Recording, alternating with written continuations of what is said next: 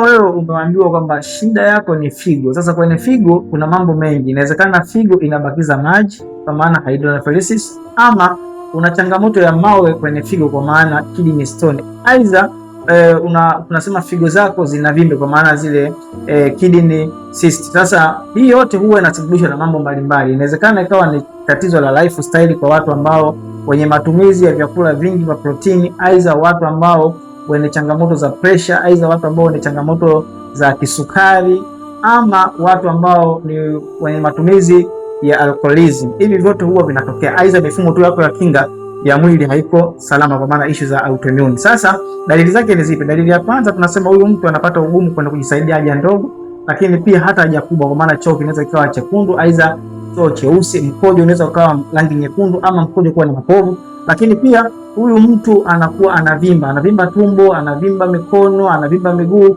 lakini pia macho yake yanaanza kubadilika na mwili unaanza kukonda ghafla. Sasa hivi vitu vyote huwa vinapelekea huyu mtu kama hatapata matibabu ipasavyo anapoteza maisha. Sasa isifikie hivyo. Kikubwa unaweza ukachukua namba yangu ya simu hapo chini kupata msaada wa lishe bora pamoja na elimu juu ya afya. Hakikisha unachukua namba ya simu. Karibu sana.